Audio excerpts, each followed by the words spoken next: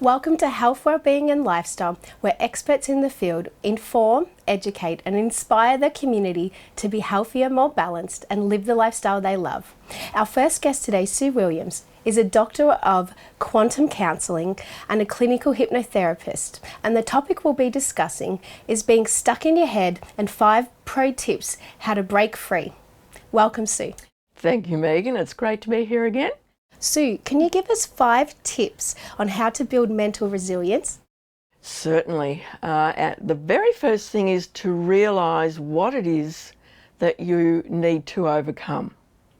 So if I'm dealing with sports people, they will come to me and tell me, I have this absolute mental block. For example, a basketballer, I'm there doing the free throws, miss every time. This person has realised they have a problem. They know what it is, but they just don't know how to overcome it. So that's the first thing. You need to realise what that problem is so that you can actually go and change it. And then the second one is setting the goal for what you want to change. So it is a goal. In this example, the basketballer wants to get the correct mindset so that every time he's standing on the line, bounce, bounce, straight through. And just a tip that I give the basketballers, being very specific here, is imagine that hoop is this big. How can you miss? And that's part of the goal setting, because then you can visualise what that huge hoop is. So that's a really good tip, and you can customise that to anything that you want to change. And of course, when we're talking about visualisation, everyone has a different learning style. A lot of people are visual. Also, people are auditory. So that particular basketballer will need to hear what the coach is saying, so that he knows exactly where his hands are placed, where his feet need to be, so he's hearing it. And we call this mental rehearsal because that takes in all aspects of different ways of learning. Okay, and then we move on to the kinesthetic learners. And kinesthetic people feel things. So they do feel emotions. Emotions will control their thoughts, but also they have the feelings in their body. So with our basketball example, that particular player, to overcome these, the missing the hoop continuously, they may need their coach to set them up physically in front of the hoop, standing on that free throw line. So this is the way your body should be to give it that perfect arc. The ball goes straight through the hoop every time. So they get in position, and then they feel it through their body. They keep doing that, so that becomes their go-to position, and they know it's going to work. And then, of course, this is what we call mental rehearsal. And use that mental rehearsal to formulate your goals, and then proceed with your particular learning style to work towards those goals. Moving on from our goal setting, we've got our goal, we've done our mental rehearsal, worked out exactly what we do to achieve that goal based on our learning style. And then we set up this routine and we prepare, we set aside time, and then we use that routine to practice that mental rehearsal over and over again. And that's what will separate the elite athletes from the weekend warriors. So it's the practice, practice, practice. That's what they do. Our goals can just be so airy-fairy if we don't plan and do the practice. They won't be attainable if you don't put in the work. And to help us achieve our goals, what we can do to get into that zone, not necessarily the zone we use for competing, but the zone where our imagination is alive, where we are focused on what we're going to do in our routine that day, is to develop a breathing practice. And breathing is amazing for a number of reasons. we're concentrating on the breathing, but it's also enabling us physically to bring in the oxygen, oxygenate ourselves, so that if we're a sports person, for example, our muscles are going to work. They're going to be well oxygenated. The blood will be flowing because we're breathing the correct way. And we breathe in through our nose. We do that so that the air actually gets warmed before it reaches our lungs. We breathe deep down into our abdomen. And we can tell if we're shallow breathing because we'll begin. If we're breathing deeply, breathe down into the abdomen. That actually gives us room for the lungs to be drawn down so that they can really fill with the air. So breathing in, and as you breathe in through your nose, have your tongue against the roof of your mouth. And that, for whatever reason, makes this breathing so much more effective. I'm not sure of the physical reason, but I know it makes it very effective. Breathing all the way down into your abdomen so that the lungs can fill completely. Hold it and then out through the mouth. Any advice for our viewers? Find a professional in whatever area of life your goal is. So if, for example, like the sports people who come to me, if they're looking for help, they seek my help using hypnosis and also other modalities that I'm qualified in to assist them with their mental well-being and their physical well-being. But also, if you're not sure if you're a sports person, find a good coach who'll be able to get your body set up in the perfect way for your particular sport. And mental health professionals, if you've got something that's happening in your life that you need help with, go to the professional. Don't try and work out these tricky things by yourself, because you'll get stuck in that spiral, that vicious cycle where you just don't overcome it, and you're stuck. You've got that mental block.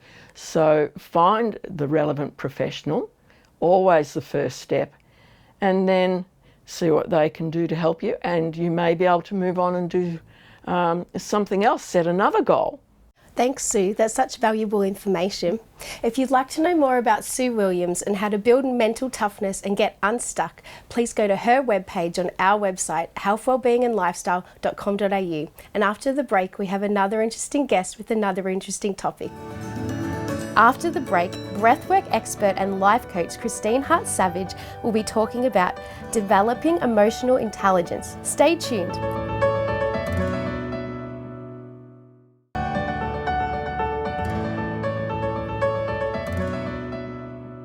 Welcome back, and our next guest is breathwork and life coach Christine Hart-Savage, and the topic we'll be discussing today is developing emotional intelligence. Welcome, Christine. Thank you, Megan. It's great to be back again. Christine, emotional intelligence is a really hot topic at the moment. Could you describe for us what emotional intelligence is? Emotional intelligence is huge, absolutely huge. It's one of those things that we think, what is emotional intelligence? We've got academic sort of intelligence, IQ, and this is EQ. And I think we have SQ, which is spiritual intelligence as well. Emotional intelligence, I'll tell you what it isn't first. And I used to have a lot of the isn't, like a lot of us do. So in my earlier life, I was so sensitive to everything, I was reactive. Now, when we have emotional reactions going on inside us, whether we actually act on them or not, we're charged. So there's this constant feeling of being sucked down the rabbit hole. That emotion that takes us away from being present. We can't see anything clearly when we're in an emotional state, a charged emotional state. And most of us are reactive to that. So we go through life, and whatever's happening around us, or maybe a friend makes a comment, or a husband or a wife makes a comment, or a teacher, or whoever it might be, and suddenly we feel this feeling inside, and we are gone. We're actually not there anymore. When we're in that, That is not emotional intelligence. We are lost in an old pattern of behaviour, an old pattern of thinking and feeling. So we want to avoid that sort of thing. So we have to work on healing those deeper layers and bringing our emotional pains and hurts and traumas into balance. Christine, do you think we have our own ability to choose our own personal path? I definitely think we do. And this is something that I did not realise when I was younger. I bounced around, just reacting to whatever life brought into my world. I did not know that we could choose our thoughts. I did not know that thoughts created. I did not know that we could choose to work with our emotional state and bring it into harmony and balance. Yes, I do believe we can choose who we want to be in the world. Most definitely. Do you have any examples you'd like to give us of this? I'll talk about a realisation I had one day. I studied metaphysical science and I love metaphysical science. And I was reading some of the literature and it suddenly occurred to me, wow, I have made such a mess of my life. So all that emotional attachment I had to things and reactions is a lot of life force being wasted on drama, wasted on chaos. And I thought, if I can really choose who I'm going to be in the world and I can change my thoughts and my reactions, I could use that energy and life force to create something wonderful for myself. What if I had the power to do that? So what I did then was look at values. And I thought, well, what are my values? What do I value? And who are the people that I admire in life? And one of them was my grandmother. She is the most beautiful, beautiful, loving lady, my grandmother. I was very close to her. And I thought, what are the qualities that she shows that I like?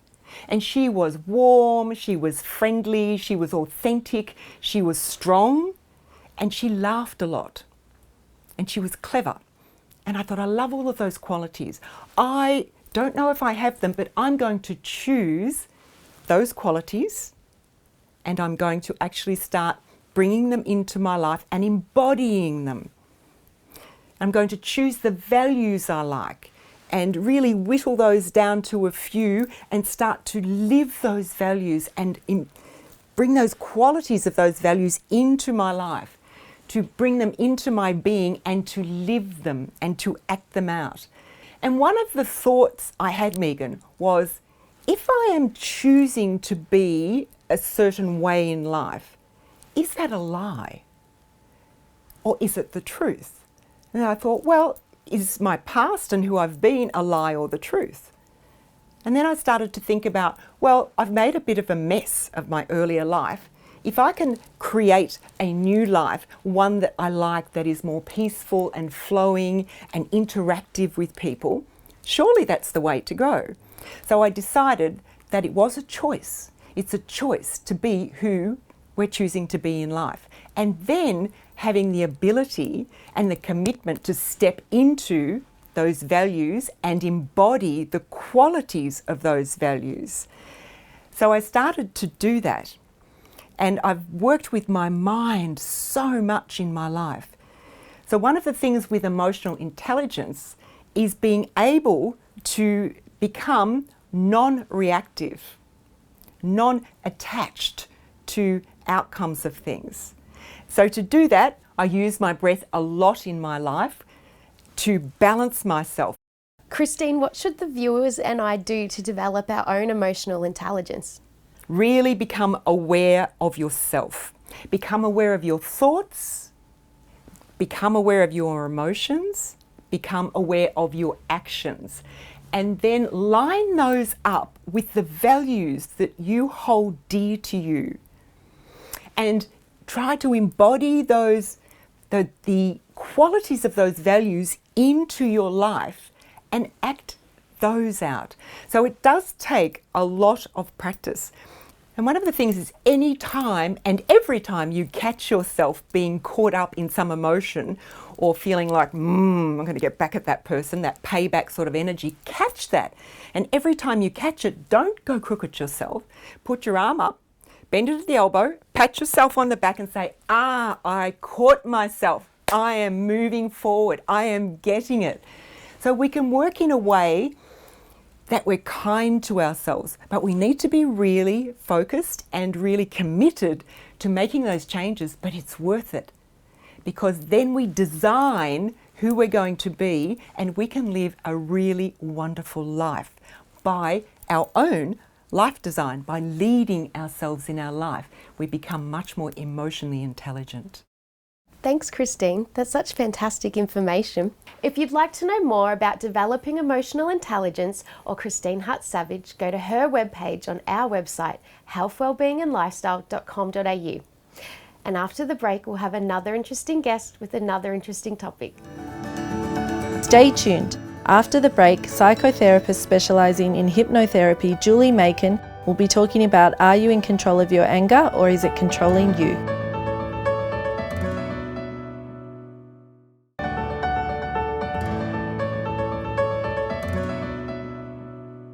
Welcome back. Our last guest is Julie Makin, a psychotherapist specialising in hypnotherapy, and we will be discussing an important question.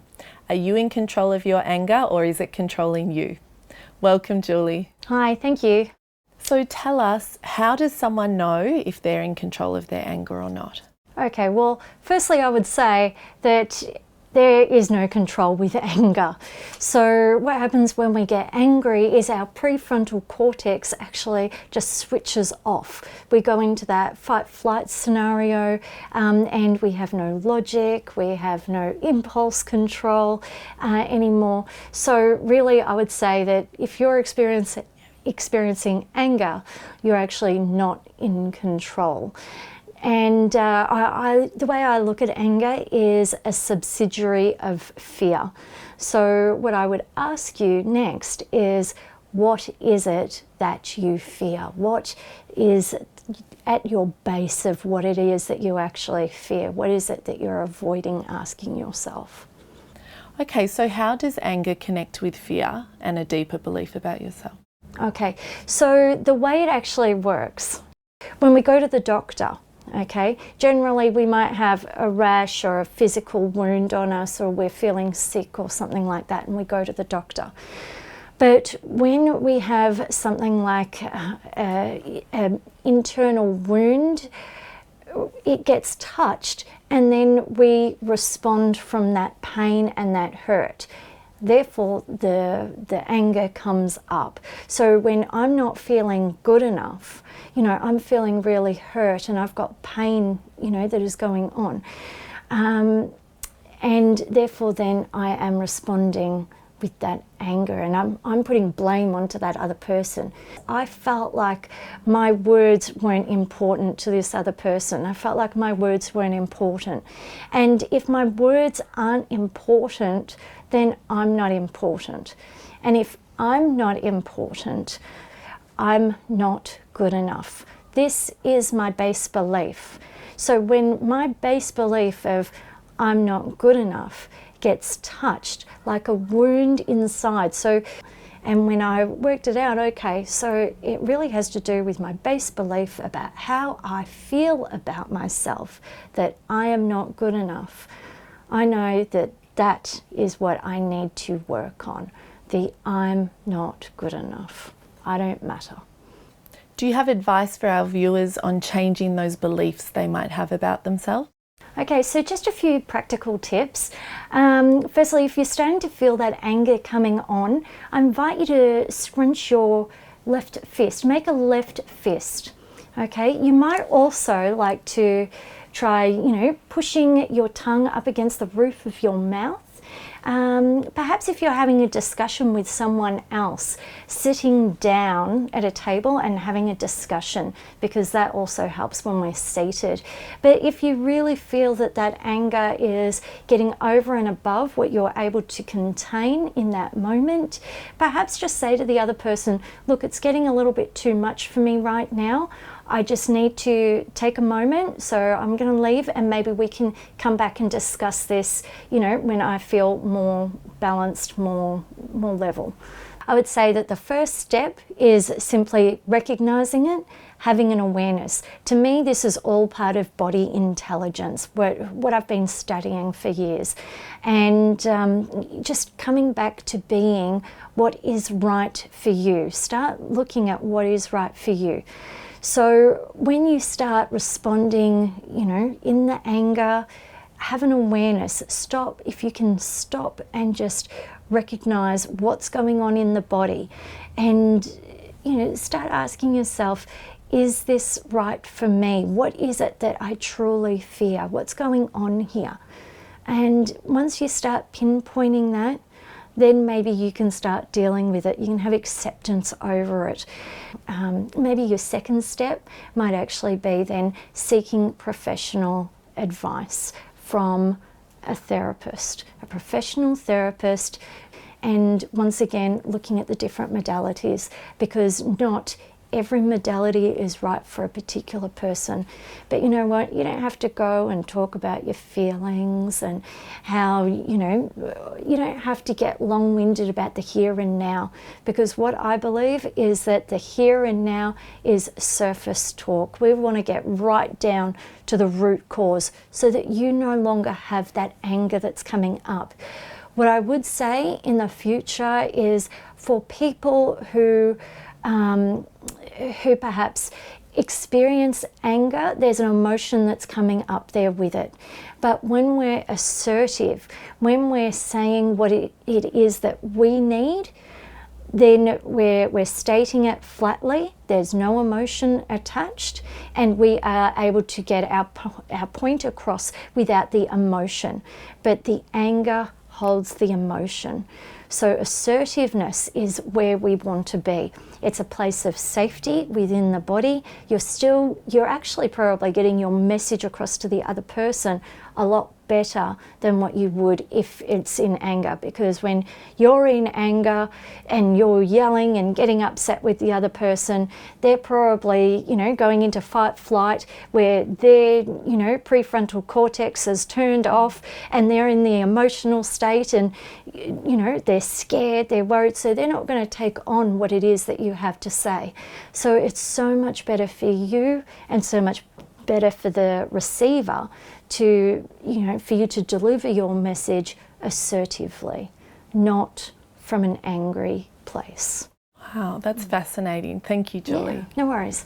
If you would like to know more about controlling your anger and Julie Makin, please visit her webpage on our website, healthwellbeingandlifestyle.com.au. That's all we have time for tonight. Until next week, goodbye.